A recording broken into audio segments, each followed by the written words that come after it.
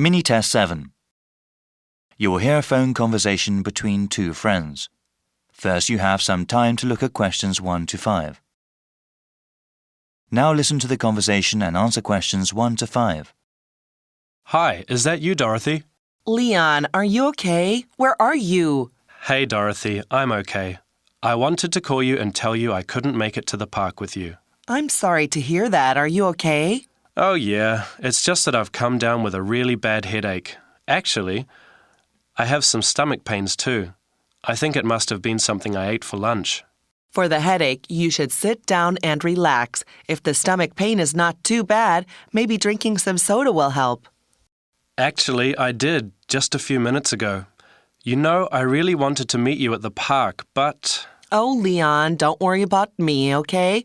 We can go to the park together next weekend. Just rest and feel better. Is everything else okay? Well, I needed to do some food shopping, but I can't do that right now. Let me see. I think I will ask my sister to pick up some things for me. Okay, then. I will let you rest. Thanks for understanding. I just feel bad for leaving you alone. Don't worry about it. It's totally fine. You know, it might be nice for you to have some quiet time, and if you get bored, you can always check your email. All right, then. Take care, okay? Sure, I'll talk to you when I get better. See you later. All right, bye. Unit 5. Matching. Exercise 5.01. Hi, Gordon. How's the service department doing today? Pretty well, although we're a bit snowed under. Excuse the pun. Don't worry, everyone uses it in the first week it snows. Anyway, I really came down to ask about the scut we had in the, hollow tube dash. Its brakes needed replacing. Mr. Bogdanovich phoned me this morning to ask about it, and it sounded like he might come into the shop. No worries. He came by about 20 minutes ago and picked it up. He even bought a few other things because he was so happy with the quick service. Good work, Gordon. He's one of our best customers. Okay, what about the rest of the bikes? I know the Rally Sprinter needed some unusual tyres that we ordered from Barnaby's. Have they got here yet? No, not yet, I'm afraid. So that's not ready yet. As soon as they arrive, I'll stick them on straight away. Speaking of which, there's some good news. Check this out. See the Coolio Truckmeister? It's got spanking new wheel rims on it, and it's a fantastic ride. I might get one for myself. You might need a pay rise for that. Anyway, that's good news. I'll call the customer to let them know it's ready. I already have. They were going to collect it this morning, but it looks like they didn't make it. Good stuff. Have you sorted out the Cruzy King? The owner said the seat was like a razor blade. Easy peasy. I put on a new wider saddle. All done and dusted. Mrs. Snaggins says she'll be in on Wednesday to pick it up. This just gets better. Very efficient, Gordon. Next item on the list. The Thang Shudder Buddy. Did you manage to get the Thang parts? Was it front or rear suspension? Both. This is a bit boring, but it's gone. The parts arrived this morning, and I put them on. Mr. Robinson just called in on his way to work and collected it. He was over the moon. It wasn't supposed to be ready until tomorrow. No wonder he was happy. Easy job, though. The last one's a Sonic Boomer, ugly beast. It's just had a bit of a bashing, but I straightened it out. I thought it might need a new slide, but the customer wasn't bothered about it when I called them. So I just fixed the handlebars, and looks pretty good now, though I say so myself. Brilliant stuff, Gordon. Maybe you'll get that pay rise sooner than you think. Don't quote me on that, though.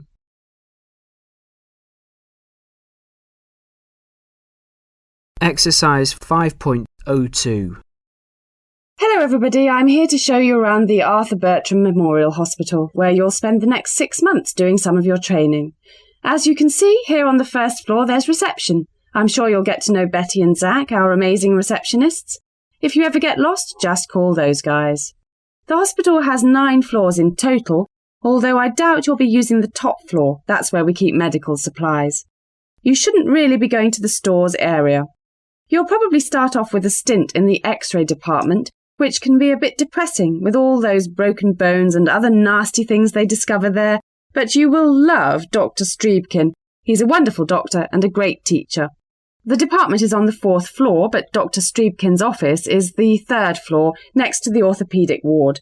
It's a bit of a pain having to use the elevator all the time, but it's quite an old hospital.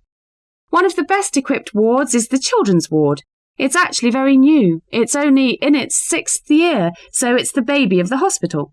And a lot of the equipment is state-of-the-art. The children's ward is just upstairs from the X-ray department, so it's on the 5th floor.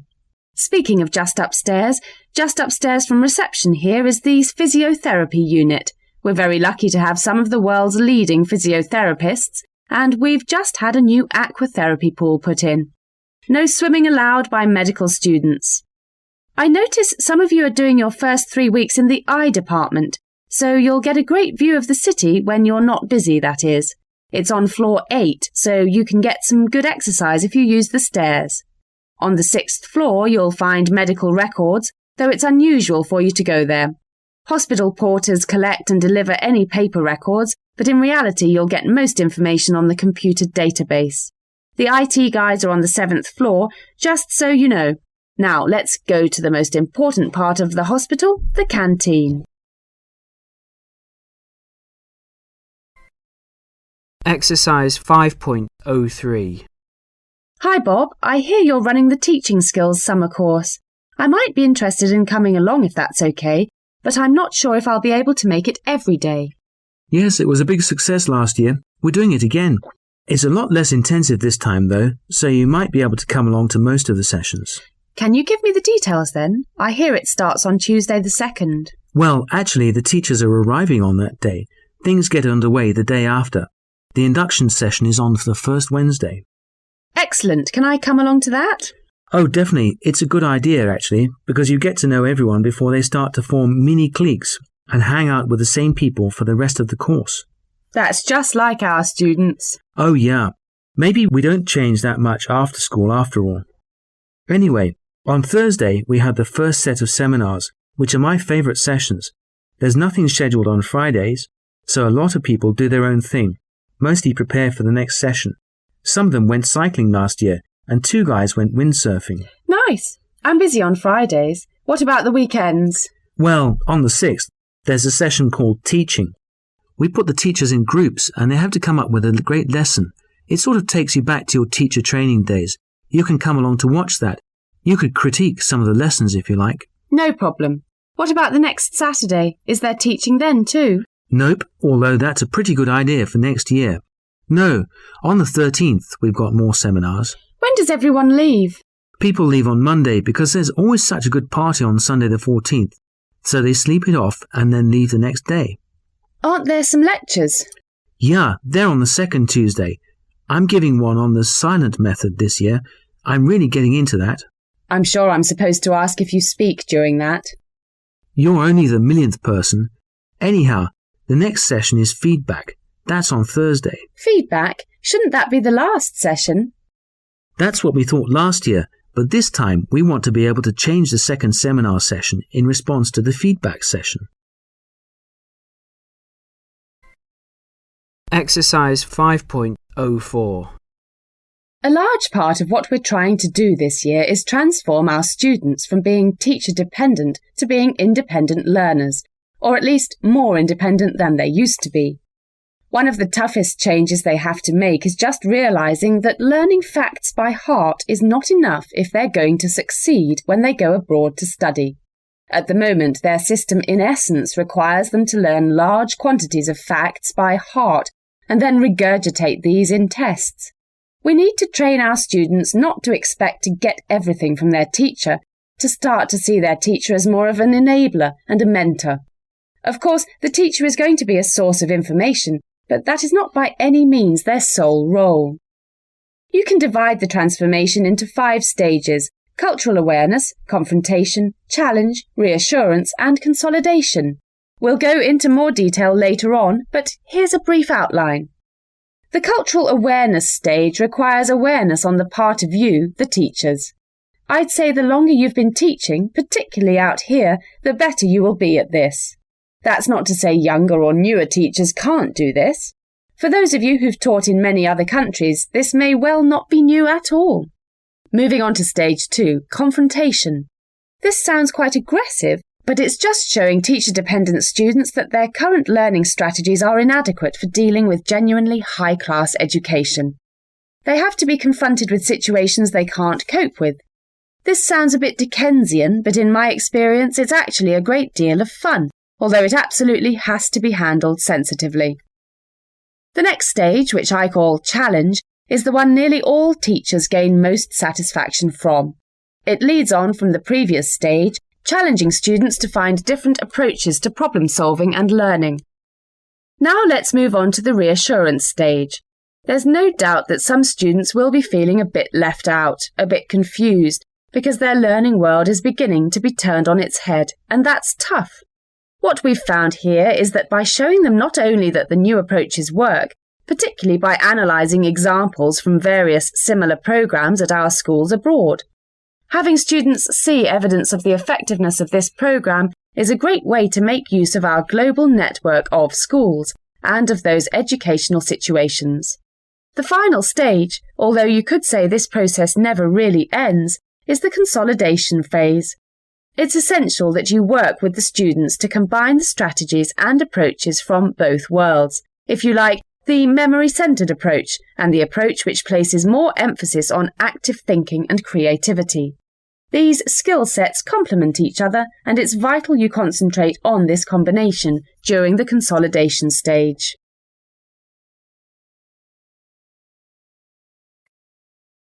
Exercise 5.05. Belgravia is a fascinating country, not only from the point of view of its long and complex history, but also, luckily for us sociologists, from a sociological point of view. Their education system is very strong indeed, and it's been in the top 12 of pretty much every international indicator of standards for the past 15 years. Whilst we make language learning a bit of a specialization you can give up when you're 14, in Belgravia they are already starting their second foreign language when they are just 12. Another factor which reflects the importance placed on education is the late age at which they leave school. In most countries, school leaving age is 18, but in Belgravia, they hang on in there for an extra year, doing research projects and community work. Certainly, in comparison to the youth of many other countries, young Belgravians are considered very mature for their age. All schools are mixed, and their average age for starting to date is 14. I know one tabloid recently reported Belgravians have their first boyfriend or girlfriend when they are 12, but it just goes to show you can't always trust our press. Once Belgravians have left school, nearly all of them get their own apartment or share a house. There are excellent schemes to help young homeowners get on the property ladder too. The average age for leaving home has come down from 21 to 19 in the last 5 years. It seems incredible to us to imagine our teenagers have their own place. Another factor in their social mobility is that they are only 17 when they buy their first car, so they learn independence very early on. Parents say it's really nice, since their kids can drive them to parties. That must be very handy indeed. Interestingly, given their apparent love of independence, the average age of marriage is very low. In most Western countries, the age is approaching 28, but the average age for Belgravians to get married is 7 months before their 22nd birthday.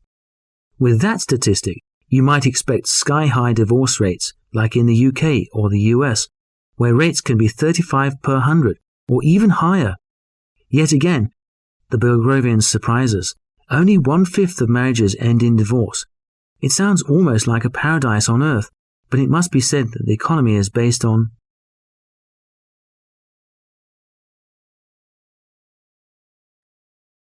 Exercise 5.06. Words connected with meat are used in quite a large number of colloquial English phrases. For example, if someone from Britain or the USA calls you a chicken, it means you're a coward. You chicken out. Sometimes, if a film is a failure, some people call it a turkey. Also, if a theatre show bombs, it's a turkey. In Britain, if you're beefy, you are physically well built, strong, a hard man. Because the English national dish is roast beef, the French sometimes call an Englishman a roast beef or a roast beef. If you're sheepish, you're not covered in wool and you don't walk around windy grass fields, but you are considered timid or shy. If you can't stand someone eating very loudly and untidily, You might say that he or she eats like a pig. That might be unfair to pigs. Some pigs I've seen are quite delicate when they eat. Anyway, if someone eats especially quickly, you might say that they wolf it down. However, if you're very hungry, you might say, I could eat a horse. Although horse meat is not generally eaten in the English-speaking world. Exercise 5.07. Hello there. I want to get a French dictionary for my daughter, but I'm not sure whether to get an electronic dictionary or a book. It really depends on what sort of level she's at with the language. She's been studying for 5 years now. She's done German for 3, and I think she's pretty advanced. She's been on 3 separate month-long exchanges in the south of France. In that case, she'd get the most benefit from a really good book dictionary. That's interesting. My daughter's heart's set on an electronic dictionary. You know, one of those pocket-sized things. She says it's so much easier to carry and use. They are much handier, aren't they? I think it's okay for looking up words for beginners, and it's useful when you're travelling, but if you're really committed to learning and genuinely interested in a language, a proper dictionary is much better. A good book dictionary has far more examples and explanations, and a vastly wider range of vocabulary. When you look at the page, you can see so many more different words at the same time, which you can't on an electronic display, and that can really help you expand your vocabulary. Isn't it much slower than an electronic dictionary? To start with, perhaps, but once you get used to a real dictionary, it's actually far faster for advanced language learners. You find the information you need really quickly.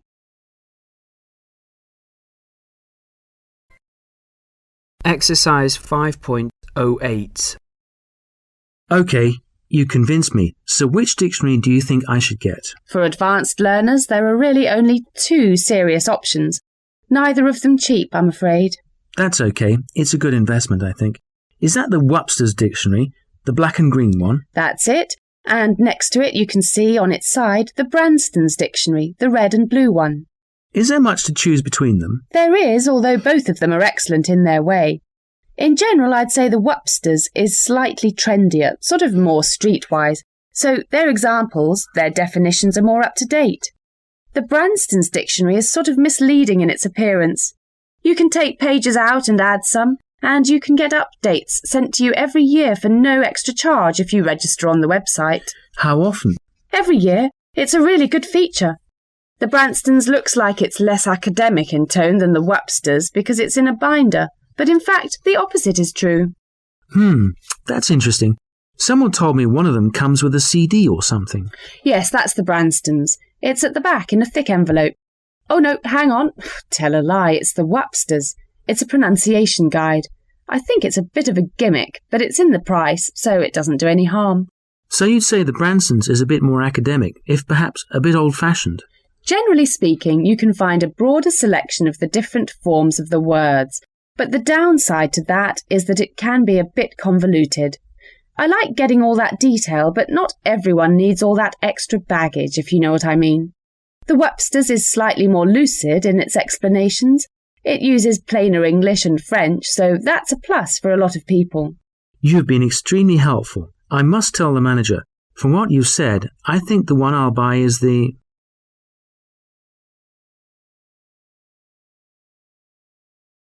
Exercise 5.09. Hello, Super Spicy Indian Restaurant. How can I help you? Hello, I'd like to order some food, but I've got a few questions first. No problem. What would you like to know? What types of bread do you have?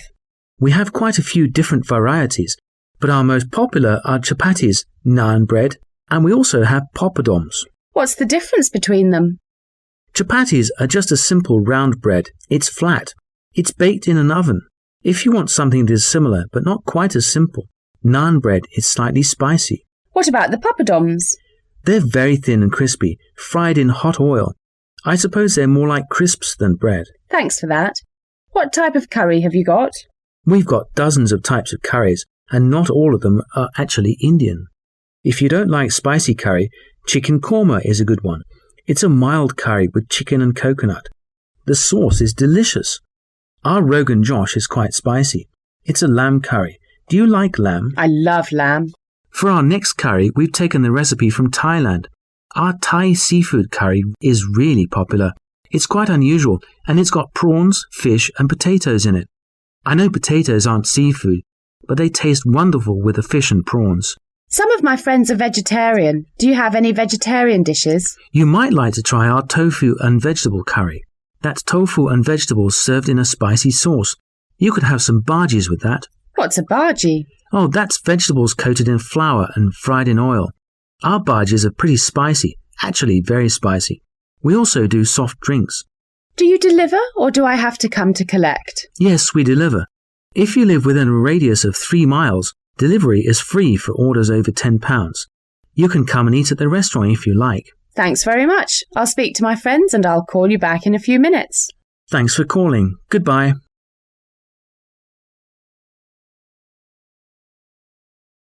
Exercise 5.10. The Swan Hotel is a pretty small hotel. The good thing about it is that it's not far from the airport, which is handy when you're travelling abroad. Of course, that means it's not in a very nice area, so it's not ideal for tourists who want to go out at night or go shopping, although you can easily get a bus into town if you want. All 35 rooms are double rooms, and all of them have ensuite bathrooms. They have nice big bathrooms with a bath and a shower.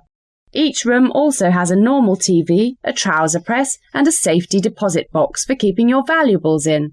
I suppose it's a typical business traveller's hotel, but it's also okay if you're just staying overnight to take an early flight. Although there's no web access there, their website is really good. It's very informative and you can book rooms online. They take all major credit cards. The Sunrise Hotel is a lot closer to the centre of town, so it's probably a bit more expensive than the Swan.